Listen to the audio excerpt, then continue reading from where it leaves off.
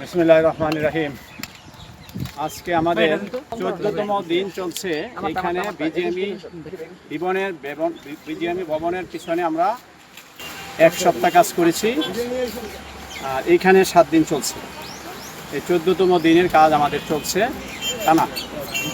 এখানে একটি এসকেলেটর ভেকু রয়েছে, আমরা যার সাহায্যে আমরা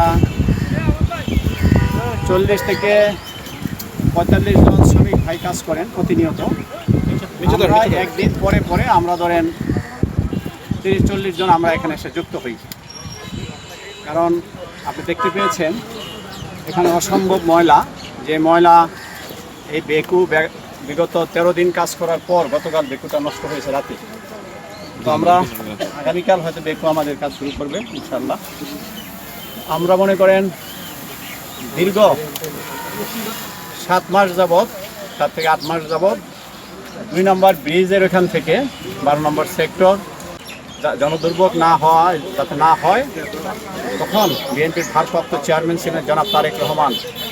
সেই বিদেশের মাটিতে বসেই এই বাংলাদেশের মানুষের কথা চিন্তা করে রেলি বাতিল করে ডোবা নালা পরিষ্কারের কার্যক্রম উদ্বোধন করেছিলেন। সেখানে মহাসচিব এসে মির্জা ফখরুল ইসলাম আলমগীর সাহেব এটা কাজ শুরু করে দিয়েছিলেন।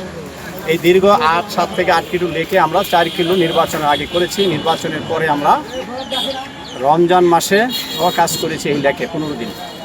তারপরে গুলশান, ধানমন্ডি, আর বিশেষ করে নির্বাচনের সময় পরে আমাদের নেতা, বাংলাদেশের মানুষ যার দিকে আসলে তাকিয়ে আছে, এই 5 তারিখের পরে এই বাংলাদেশের যে চিত্র, বাংলাদেশের ফ্যাসিস্টের ফেলে আসা যে জঞ্জাল, বিগত তত্ত্বাবধায়ক যেটাকে বলেন বা যে অস্থায়ী একটা সরকার, সেখানেও বিভিন্ন ঘেরাও কর্মসূচি, বিভিন্ন জঞ্জালের মধ্য দিয়ে ডক্টর ইউনূস সাহেব সময়টা পার করেছেন। তারপরে আমাদের প্রধানমন্ত্রী নির্বাচিত হওয়ার পরে বলেছেন আই হ্যাভ এ প্ল্যান, এবং সুন্দর পরিচ্ছন্ন একটা বাংলাদেশ উনি গঠন করবেন।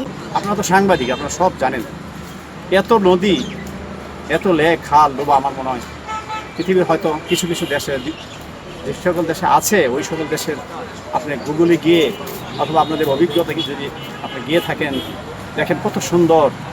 যেখানে নদীর পাড়ে বসলে আর উঠতে মন চায় না। আমার এই নদীর পাড়ে বসলে মানুষ নদীর পাড়ে বসতেই চায় না। মানুষ সকল ময়লা এই নদীতে ফেলায়, সকল বর্জ্য নদীতে ফেলায়। বাড়ি ঘরগুলা যারা করে বিভিন্ন শহরে, আপনি দেখেন ঘুরে 90% বাড়ি, আমি ইউনাইটেডের পিছনে কাজ করেছি, বাড়ির পিছন সাইড নদীর থেকে। এখন ওখানে কিছু কিছু জায়গা সৌন্দর্যবর্ধন তারা নিজেরা করছে।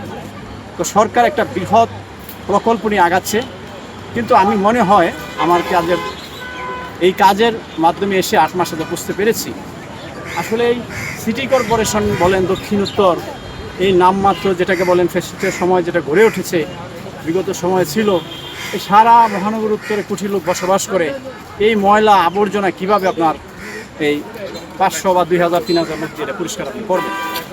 আমার মধ্যে একজন সামান্য মানুষ, আমি কাজ করছি, আপনারা আমার কথা তুলে ধরছেন যাতে মানুষ উদ্বুদ্ধ হয়, আমি এটা মনে করি। আমি পূর্বেও বলেছি, আমার ওই মেয়রের চেয়ারে বসে গিয়ে সারা ঢাকা শহর ক্লিন করতে হবে, এটা বিষয় না, আসলে এটা কোনো কথা না। মানে পদটা বড়ই বিষয় নয়। হ্যাঁ, গ্রিন এবং ক্লিন কীভাবে করা যায় সেটার আমরা সহযোগিতা চাই। কি সহযোগিতা? আমাদের কোনো সহযোগিতা দরকার নেই, আমাদের টাকা পয়সার দরকার নেই। আল্লাহ যতটুকু আমাদের দিয়েছে অর্থ, অত বড় কিছু না, সেই সামান্যটুকুই এই উত্তর অঞ্চলে কাজ করার জন্য ইনশাল্লাহ আমরা করতে পারবো, করছি দীর্ঘ 8 মাস ধরে।